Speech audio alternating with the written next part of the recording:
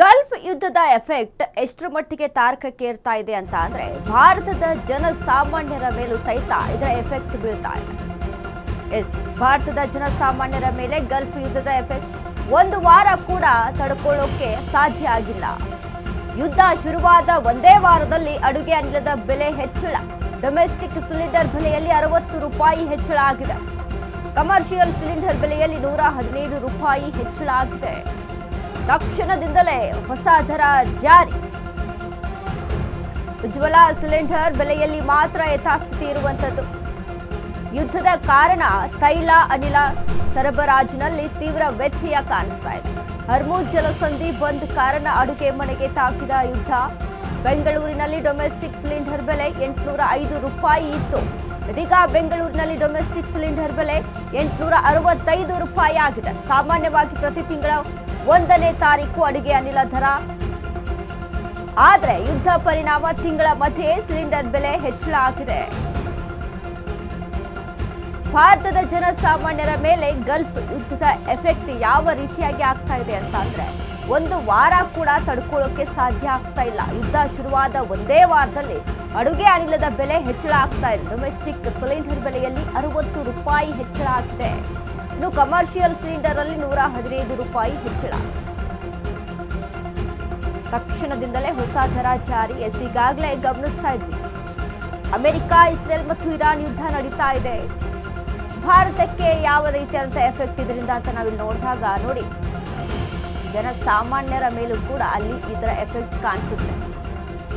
Petrol diesel ಅಂತ ಅಲ್ಲ, ಬೆಳ್ಳಿ ಬಂಗಾರದ ಬೆಲೆ ಅಂತ ಅಲ್ಲ, ಇಲ್ಲಿ ಅಡುಗೆ ಅನಿಲದ ಮೇಲೂ ಸಹಿತ ಇದರ ಪರಿಣಾಮ ಬೀರುತ್ತೆ ಅಂತ ಆ ರೀತಿಯಾಗಿ ಎಫೆಕ್ಟ್ ಹೊಡಿತಾ ಇರುವಂಥದ್ದು.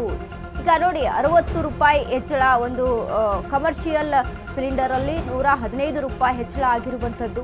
ಇದನ್ನ ಗಮನಿಸ್ತಾ ಹೋದ್ರೆ ಎಷ್ಟರ ಮಟ್ಟಿಗೆ ಯುದ್ಧದ ಎಫೆಕ್ಟ್ ಆಗ್ತಾ ಇದೆ ಅನ್ನೋದನ್ನ ನಾವಿಲ್ಲಿ ನೋಡ್ಬೇಕಾಗುತ್ತೆ. ಒಂದು ಕಡೆ ಈಗಾಗಲೇ ಏನು ಹರ್ಮುಜ್ ಜಲಸಂಧಿಯಲ್ಲಿ ತೈಲ ಟ್ಯಾಂಕರ್ಗಳು 700ಕ್ಕೂ ಅಧಿಕ ತೈಲ ಟ್ಯಾಂಕರ್ಗಳು ಅಲ್ಲಿ ಜಾಮ್ ಆಗಿರುವಂಥದ್ದು. ಮತ್ತೊಂದು ಕಡೆ ಅಲ್ಲಿಂದಾನೇ 86% ಅಲ್ಲಿಂದಾನೇ ಅಲ್ಲಿ ಸರಬರಾಜು ಆಗುವಂಥದ್ದು ಬೇರೆ ಬೇರೆ ದೇಶಗಳಿಗೆ. ಇನ್ನು ಅಲ್ಲಿಂದ ನಮ್ಮ ದೇಶಗಳಿಗೆ ನೋಡಿದ್ರೆ 22% ಅಷ್ಟು ಅಲ್ಲಿಂದ ನಮ್ಮ ದೇಶಕ್ಕೆ ಸರಬರಾಜು ಆಗುತ್ತೆ. ಇದರ ಎಫೆಕ್ಟ್ ನಾವು ನೋಡ್ತಾ ಇದ್ದೀವಿ ಈಗ ಅಡುಗೆ ಅನಿಲದಲ್ಲೂ ಸಹಿತ. ಅಡುಗೆ ಗ್ಯಾಸ್ ಸಿಲಿಂಡರ್ ವಿಚಾರಕ್ಕೆ ಸಂಬಂಧಪಟ್ಟಂತೆನೂ ಇಲ್ಲಿ ಯುದ್ಧದ ಎಫೆಕ್ಟ್ ತಾಗ್ತಾ ಇದೆ. ಹರ್ಮುಜ್ ಜಲಸಂಧಿಯಿಂದ ಸರಬರಾಜು ಆಗಬೇಕಾದಂಥ ಸಿಲಿಂಡರ್ ತೈಲಗಳಾಗಿರ್ಬೋದು, ಅನಿಲಗಳಾಗಿರ್ಬೋದು, ಬಟ್ ಅಲ್ಲಿ ಜಾಮ್ ಆಗಿರುವಂಥ ಕಾರಣಕ್ಕೆ ಇರಾನ್ ಅಲ್ಲಿಂದ ಯಾವುದೇ ತೈಲ ಟ್ಯಾಂಕರ್ಗಳನ್ನ ಆಗಿರ್ಬೋದು, ಯಾವುದೇ ರೀತಿಯಾದಂಥ ವ್ಯವಸ್ಥೆನ, ಟ್ರಾನ್ಸ್ಪೋರ್ಟನ್ನು ಅಲ್ಲಿಂದ ಮುಂದಕ್ಕೆ ಬಿಡ್ತಾ ಇಲ್ಲ, ಅಲ್ಲಿ ಜಾಮ್ ಆಗಿದೆ. ಸೊ ಹಾಗಾಗಿ ಇದರ ಕಾರಣದಿಂದಾಗಿ ಯುದ್ಧದ ಎಫೆಕ್ಟ್ ಜನಸಾಮಾನ್ಯರಿಗೂ ಸಹಿತ, ಕಾಮನ್ ಮ್ಯಾನ್ಗೂ ಸಹಿತ ಇದರ ಎಫೆಕ್ಟ್ ತಾಗ್ತಾ ಇದೆ ಅಂತ ಅಂದರೆ ಅದಕ್ಕೆ ಕಾರಣ ಅಲ್ಲಿ ನಡೀತಾ ಇರುವಂಥ ಯುದ್ಧ. ಸೊ ಈ ಯುದ್ಧದಿಂದ ಎಷ್ಟರ ಮಟ್ಟಿಗೆ ಎಫೆಕ್ಟ್ ಆಗ್ತಾ ಇದೆ ನಾವು ಗಮನಿಸ್ತಾ ಇದ್ದೀವಿ ನೋಡಿ. ಈಗ ಇರಾನ್ ಇಸ್ರೇಲ್ ಯುದ್ಧ ನಡೀತಾ ಇದೆ, ಬಟ್ ಇರಾನ್ ಹರ್ಮುಜ್ ಜಲಸಂಧಿಯಿಂದ ಅಂದರೆ ಇರಾನ್ಗೆ ಇರುವಂಥ ಪ್ರಮುಖವಾದಂಥ ಅಸ್ತ್ರ ಅಂತ ಅದನ್ನು ಹೇಳಿದರೂ ತಪ್ಪಾಗಲ್ಲ. ಯಾಕಂದರೆ ಅದರ ಒಂದು ಎಫೆಕ್ಟ್ ಅಲ್ಲಿ ಹಲವಾರು ದೇಶಗಳಿಗೆ ತಾಕುತ್ತೆ. ಭಾರತ ಅಂತ ಅಲ್ಲ, ಇನ್ನಿತರ ದೇಶಗಳಿಗೂ ಸಹಿತ ಅದರ ಎಫೆಕ್ಟ್ ತಾಕುತ್ತೆ. ಸೊ ಈ ವಿಚಾರಕ್ಕೆ ಸಂಬಂಧಪಟ್ಟಂತೆ ಹರ್ಮುಜ್ ಜಲಸಂಧಿಯಿಂದ ಟ್ರಾನ್ಸ್ಪೋರ್ಟ್ ಆಗುವಂತಹ ಒಂದು ತೈಲ ಟ್ಯಾಂಕರ್ಗಳಾಗಿರ್ಬೋದು, 700ಕ್ಕೂ ಅಧಿಕ ತೈಲಗಳನ್ನು ಅಲ್ಲಿ ಜಾಮ್ ಮಾಡಿಟ್ಕೊಂಡಿದೆ ಅನ್ನುವಂಥ ಇನ್ಫಾರ್ಮೇಷನ್ನು. ಸೊ ಇದು ಎಷ್ಟರ ಮಟ್ಟಿಗೆ ಅಂದರೆ ಭಾರತಕ್ಕೆ ಇದುವರೆಗೂ ಆಗಿರುವಂಥ ಟ್ರಾನ್ಸ್ಪೋರ್ಟನ್ನು ಕೇವಲ ನಾವು ಮೊನ್ನೆ ಅಷ್ಟೇ ಗಮನಿಸಿದ್ವಿ, 3 ಟ್ಯಾಂಕರ್ಗಳು ಮಾತ್ರ ಅಲ್ಲಿಂದ ನಮಗೆ ಸಿಕ್ಕಿತ್ತು. ಬಟ್ ಇದರಿಂದ ಇಲ್ಲಿಯವರೆಗೂ ಅಂತ ನೋಡಿದ್ರು ಕೂಡ ಅದರ ಏರಿಕೆ ಆಗಿಲ್ಲ, ಅಷ್ಟರ ಮಟ್ಟಿಗೆ ಅಲ್ಲಿರುವಂಥದ್ದು. ಇದರಿಂದ ಭಾರತದ ಕಾಮನ್ ಮ್ಯಾನ್ ಮೇಲೂ ಕೂಡ ಎಫೆಕ್ಟ್ ಬೀಳುತ್ತೆ. ಸಿಲಿಂಡರ್ ವಿಚಾರಕ್ಕೆ ನಾವು ಮಾತನಾಡೋದಾದರೆ, ಗ್ಯಾಸ್ ವಿಚಾರಕ್ಕೆ ನಾವು ಮಾತನಾಡೋದಾದರೆ, ಅಲ್ಲಿ ಕಮರ್ಷಿಯಲ್ ಸಿಲಿಂಡರಲ್ಲಿ 115 ರೂಪಾಯಿ ಹೆಚ್ಚಳ ಆಗಿರುವಂಥದ್ದನ್ನ ನಾವಿಲ್ಲಿ ಗಮನಿಸ್ತಾ ಇದ್ದೀವಿ.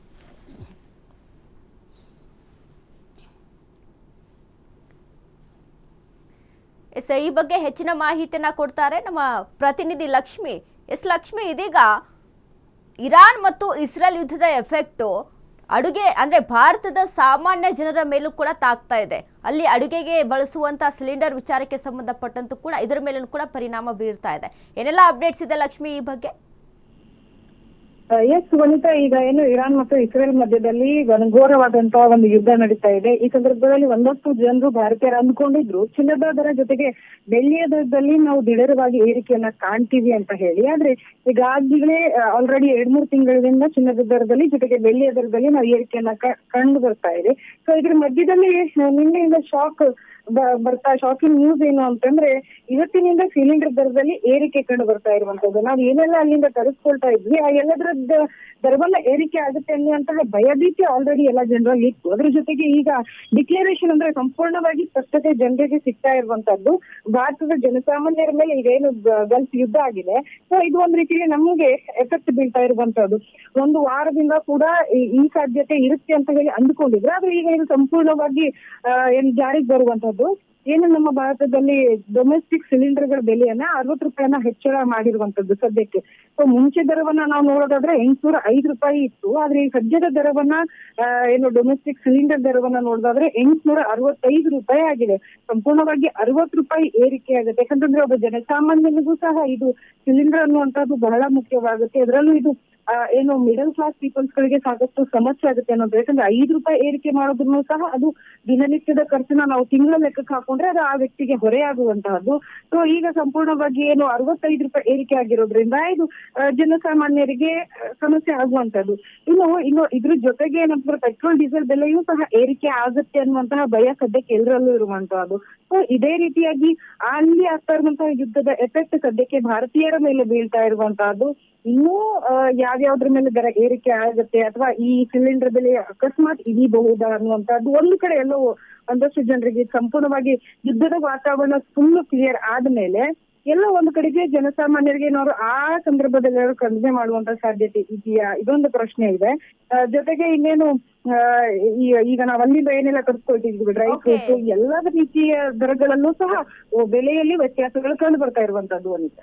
ಓಕೆ, ಥ್ಯಾಂಕ್ ಯು ಲಕ್ಷ್ಮಿ ನಿಮ್ಮೆಲ್ಲ ಮಾಹಿತಿಗೆ.